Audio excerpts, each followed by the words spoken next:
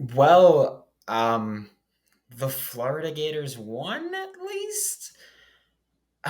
We'll talk about it on Locked On Gators.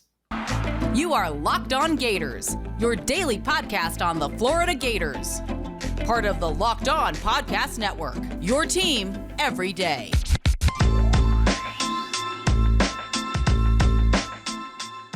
Hello, and welcome back to another episode of Locked On Gators, part of the Locked On Podcast Network, your team every day. Thanks for making Locked On Gators your first listen of the day. We are available daily and free wherever you listen to the podcast. Happy Monday.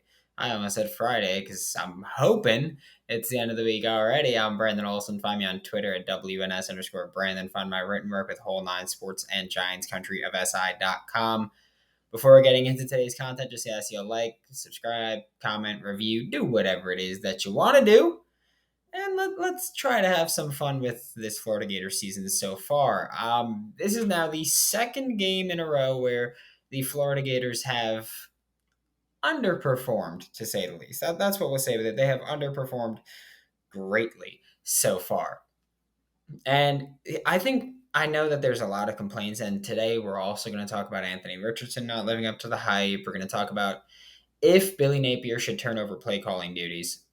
But I think one of the biggest things for me, at least looking at this, is when Billy Napier was calling plays for Louisiana, when last season, when he had Levi Lewis as his quarterback, it was a basic offense. It was a boring offense.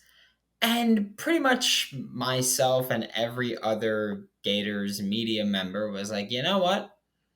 I think that the offense is looking like this because he has Levi Lewis at quarterback. It's that Billy Napier is heavily limiting this offense because his quarterback is heavily limiting his offense. And through 3 games, we've seen just awful, awful offensive play calling, and even execution has been terrible.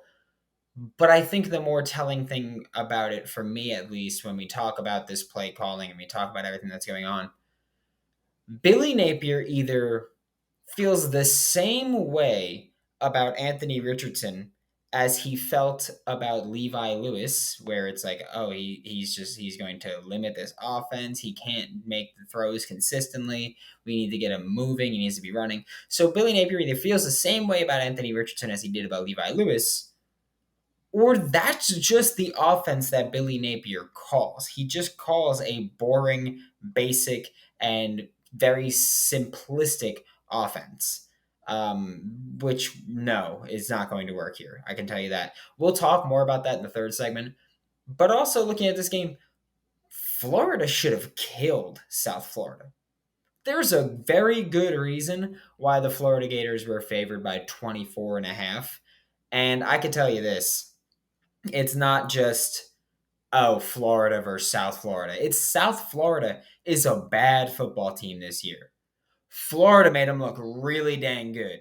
I can say that it was just horrible. When you look at it, if you take a step back, take off the Gator goggles, whatever you want to call it, take a step back, watch the game, and just know that Florida has all the Florida Gators talent. Florida has all their guys, and Florida has Anthony Richardson at quarterback. South Florida has the South Florida talent and Jerry Bohannon at quarterback going against the Florida Gators defense, and Anthony Richardson got to go against the South Florida defense that got annihilated against BYU. So there's that. But I think that it's like Jerry Bohannon outplayed Anthony Richardson yesterday. Well, Saturday. So again, my days are all messed up at this point. But Jerry Bohannon outplayed Anthony Richardson on Saturday. That should piss you off because the whole offseason we heard, oh, Anthony Richardson's a Heisman player. Anthony Richardson's one of the best quarterbacks in the country. Watching the game Saturday, Anthony Richardson is Mel Kiper's number 4 quarterback in the 2023 draft. Can you believe that? This kid is incredible. Huh? Again, we'll talk about that a little bit more next segment because that was pitiful. But also, Florida almost lost to a South Florida team that could not throw the ball, which also, when you just combine that, I just said Jerry Bohannon outplayed Anthony Richardson, and then I said South Florida couldn't throw the ball. They were practically useless throwing the ball. That says a lot about what Florida Gators' passing attack was on Saturday night. That was bad. It's plain as simple as that. Like, and also I get it because I'm gonna see comments that are like, Florida won the game. Be happy. No, because in the grand scheme of things, I'm not looking at Florida if you win or lose. I'm looking at how you perform against schools like South Florida. Because guess what, big boy? You got Tennessee next. And Tennessee ain't going to take it easy on you. And we made jokes about Tennessee, but if Florida comes out the way they came out against South Florida, the way they came out against Kentucky, Tennessee's going to beat the crap out of them up and down that court for 60 minutes, court field for 60 minutes. It's as simple as that. It's going to be a molly whopping over there. Okay? I'm going to let you know that Nayland is going to be lit up with happy, ecstatic Tennessee fans if that carries over. So keep that in mind. You're like, oh, yeah, it was ugly, but Florida won. It was South Florida and you won. You didn't do anything special or fantastic. And guess what? They almost sent it to overtime, but the hand was bad. The handling of the snap was bad. They almost sent it to overtime. They could have very easily won that game. Run defense, I pray that Ventrell Miller comes back healthy this week. Because if Ventrell Miller ain't healthy this week, Tennessee's running backs are going to run all over Florida. And I realize that I've seen all the tweets. Yeah, talk about Ventrell Miller all you want, but Ventrell Miller is one of 11. Ventrell Miller handles the communications. Ventrell Miller cleans things up in the run game. Ventrell Miller is the leader and the alpha dog of this defense. We could talk about the year that Brenton Cox Jr. has had so far through 3 games. He's been very well. He's been very good. We could talk about Javon Dexter so far through 3 games. He's been pretty good. We could talk about being happy with Shamar James as a freshman. He's been very good. We could talk about Mari Burney exceeding expectations. He's been better than we thought. But Ventrell Miller is the heart and soul of this Florida Gators defense, and his presence is needed heading into these SEC games. So we have to hope that he can be healthy enough to play these games. Because I'll tell you what, Florida. I'm thinking about the Georgia game. That's what I'm thinking about. Like that's where I'm getting with all this. When I'm like, oh yeah, down the line. I'm thinking about the Georgia game. If Florida plays against Georgia how they played against Kentucky and South Florida, Georgia's going to win that game by 60. It's going to be a massacre. An absolute massacre. That's what I'm thinking about. That's why I'm like, oh yeah, I don't care that we won. It looked bad. Because when you play Georgia, who right now is looking like one of the craziest teams that we're going to see, guess what? Florida's got to play them. Anthony Richardson played very bad against their very good defense last year. Could happen again this year. That's what I'm getting to.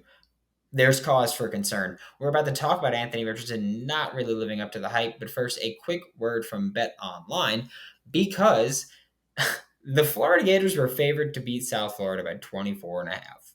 I said, I think they'll win by 21-28. Tyler Fornes was like, yeah, they should cover that spread. They didn't. we can say that. They didn't. Florida Gators, not great against the spread so far. In fact, I believe they are 1-2 against the spread because they were favored to win. They were projected to lose the Utah game, and they won that. And then they were projected to win or favored to beat Kentucky by 5.5, and they lost that by 10. And then they were favored to beat South Florida by 24.5. And they barely won by the skin of their teeth. Head to the website today or use your mobile device to learn all about the trends and action. Check out BetOnline. It's where the game starts. Thanks again for making Locked On Gators your first listen of the day every day. We are available daily and free wherever you listen to podcasts. Now, we're talking about Anthony Richardson. I alluded to this last segment where I was saying for so long this offseason, it was Anthony Richardson is a Heisman caliber player. Anthony Richardson is this. Anthony Richardson is that. And I'm also, I don't want to victory lap this. I am going to say the entire offseason, because I've been getting tweeted at and texted about it. And it's like for 9 months, I've been saying Anthony Richardson is one of the most physically gifted human beings on the planet. Anthony Richardson has a ceiling higher than pretty much anybody on the planet at quarterback. Anthony Richardson needs a lot of work. And look at this. Utah game, I said it wasn't great. It wasn't. It was good. It wasn't great. And running the ball is what got him good in that Utah game. Kentucky, horrible. One of the worst quarterbacking performances that I have ever seen. And I'm not being hyperbolic at all. One of the worst quarterback performances that I've ever seen. South Florida, terrible. Absolutely terrible. Against South Florida, Anthony Richardson went 10 of 18 passing with 112 passing yards. Bad. 0 passing touchdowns. Bad. 2 interceptions. Worse. One of them was horrible in the end zone, which I know that afterwards it was like, hey, that was an RPO. He chose to throw the ball, and that's what happened. It's not as simple as, oh, he chose to throw the ball, that's what happened. No, that was bad. That was bad, bad, bad. Simple as that. 7 carries, 24 yards. Terrible. Last week, when I was previewing this game, I believe it was the Friday show. If I'm not mistaken, it was the Friday episode of Locked On Gators. I said, South Florida, they're going to rush 3 or they're going to rush 4. They're not going to blitz you frequently. That's not what they do. They're not super aggressive like that. What they are going to do is sit back in zone and keep their eyes on you. And they're going to say, hey, you could beat us if you throw the ball, but you have to make the right read. You have to make an accurate throw. And those are two things that Anthony Richardson has not shown the ability to even come close to doing in these first 3 games. Hasn't been. It's been just bad, ugly football. It hasn't even been SEC caliber football. Like it's been bad. He's playing low power 5 football right now. That's what we're talking about with him as a passer. South Florida, like I said, is going to sit there and say, if you can beat us, do it. If you can throw the ball and beat us, do it. Have your way with it. Because we're going to drop 7 or we're going to drop 8, and we're going to look at you and we're going to say, if you make the right read and you make the accurate throw, you could do it. And Anthony Richardson consistently made either the wrong read or an inaccurate throw. Sure, it helps if you're South Florida and you're watching this horrible scheme, this wide receiver screens, the jet touch passes, which I'll also say this. There were those little jet touch passes to Xavier Henderson. I understand the thought behind them because looking back at the last time South Florida played a team that was significantly better than them, you look at the BYU game. And Puka Nacua on the first drive, I believe it was the first play, took a touch pass to the house, just wide open up the middle, just nothing. No defender was even close to him. So Puka Nacua did that. So I understand Billy Napier and Rob Sale and his entire coaching staff going, we're going to do some of the things that they struggled against, that some of the things that beat them previously, we're going to do because we think they can do that. And we think that we can capitalize on that. So I understand that. But you've got Anthony Richardson who's got these Heisman hopes and these Heisman dreams, and guess what? It is a dream. Because the only way that 2022 Anthony Richardson is winning a Heisman is if he downloads NCAA Football 14, puts himself in the game, and plays on rookie. Because it's bad. It's very bad, and I was saying this in the Locked On Now I did last night after the game.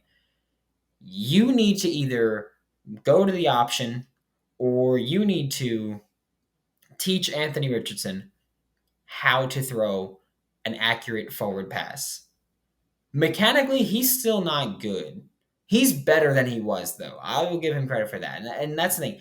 It's clear Anthony Richardson has tried improving. I don't know what it is with him. I genuinely think it's the mental part of the game for him. And not even the inability to make these reads, but I think he just has no confidence in his game right now.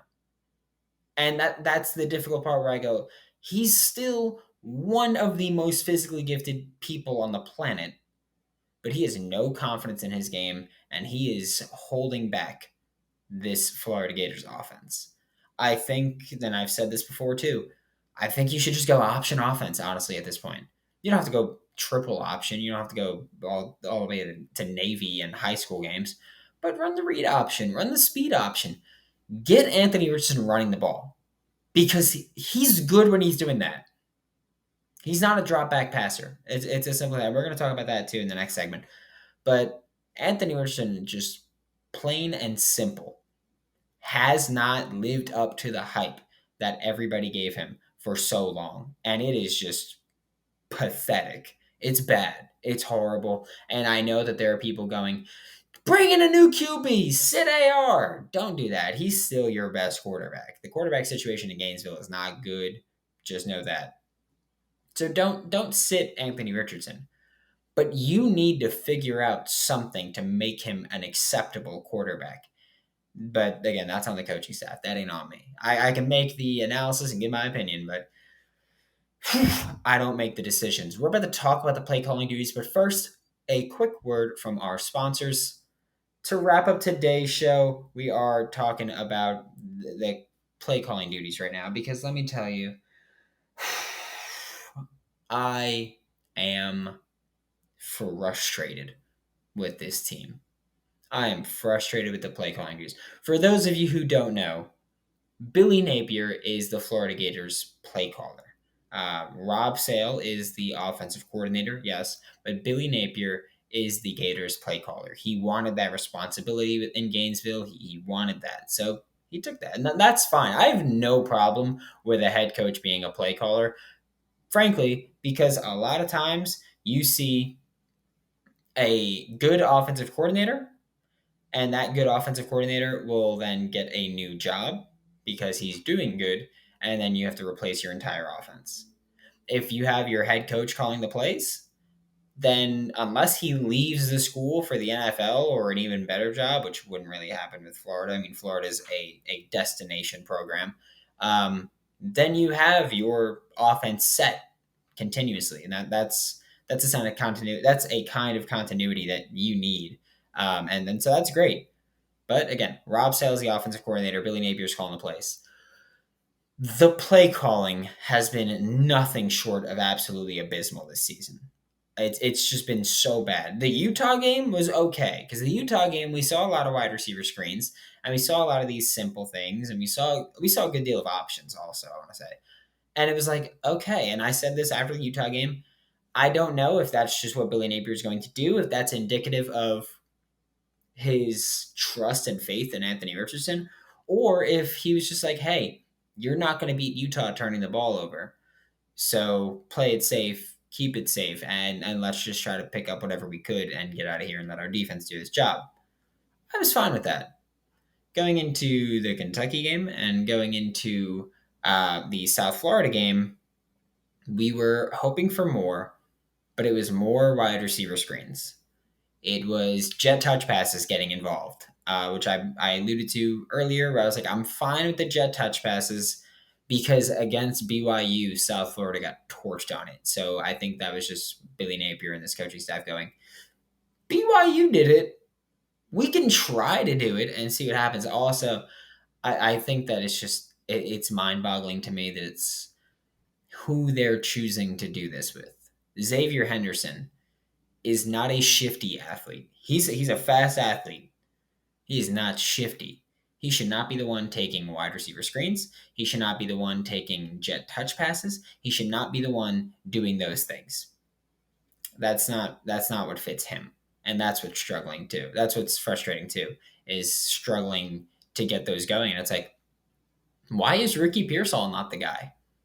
I don't think Marcus Burke should be the guy. I don't think he's very shifty either. But Ricky Pearsall should be that guy. Next year, it'll be Aiden Mizell and Eugene Wilson or whoever else they want to do it to. But it's incredibly frustrating. The run game, just the complete lack of commitment to the run game, is maybe more frustrating. And I don't want to see. We got to give Lorenzo Lingard touches in my comments today. And I don't want to see that in my comments on Wednesday because that's a bad decision. So I don't want to see that. And I say that because let's talk about South Florida because it's the most recent game. Between Montreal Johnson, Trevor Etienne, and Naquan Wright, 9.8 yards per carry between the three of them combined. 9.8. That's fantastic. That is not a matter of who the running back is. That is your offensive line doing their job. Number one, it's your offensive line doing their job. Number two, that is also just your running backs are incredibly talented. You don't need to put Lorenzo Lingard on the field. I understand a lot of Florida Gators fans like him. I understand he's a 5-star, and you're thinking, well, imagine how good he can be. Don't care. The running backs that have been playing very well. But not being willing to run the ball with them as much as you should, especially in a South Florida game where you're dominating on the ground, is incredibly frustrating. I also understand the argument of, well, it's South Florida. Maybe it was Billy Napier trying to give Anthony Richardson a little bit of a tune-up, a little bit of a confidence builder. Guess what? He sucked again. So no, that didn't happen either. And towards the end of the game, they should just completely committed to running the ball. I don't care about, oh, that was an RPO that he chose to throw the ball to the sideline. You shouldn't have given him an RPO. He showed that he made the wrong decision a lot of times. You shouldn't have given him the opportunity to call an RPO and execute an RPO. Shouldn't have been. That's the thing with me. It's not just the lack of commitment to the running game. Even if you want to use Anthony Richardson running the ball, I don't care. It's not the lack of commitment to the running game. It's not the wide receiver screens. It's not the jet touch passes. It's not telling Anthony Richardson to drop back and be a drop back passer and not a rollout guy, not play action, none of that. It's not any of those things. It's all of them. Because when you combine those things, you are begging your Florida Gators to get demolished against Tennessee this week, against LSU in a few weeks, against Georgia, against TAMU, against Florida State. You're begging to get blown out, blown to smithereens in those games because you are committed to running that horrible offense. That's the issue. That the combination of decisions is going to lead to the Florida Gators becoming a complete joke in college football. That's my issue. That's what it is. If Billy Napier hands over play calling duties, it can't get worse than it is. And it will get better. I can promise you. If Billy Napier handed over play calling duties to Rob Sale, who I'm pretty sure has never called games before, it will work. And I say that because Rob Sale's an offensive line guy. Do you know what offensive line coaches like to do when they get play calling duties? Run the ball. Florida will kill teams if they run the ball consistently. That's the biggest thing. Thanks for making Locked On Gators your first listen of the day every day. We're available daily and free wherever you listen to the podcast. We'll be back tomorrow to talk about this tremendous running back duo that the Florida Gators have. For Locked On Gators, I'm Brandon Olson. Don't forget to follow me on Twitter at WNS_Brandon. Find all my written work with Whole 9 Sports and Giants Country of SI.com. And I'll see you all tomorrow.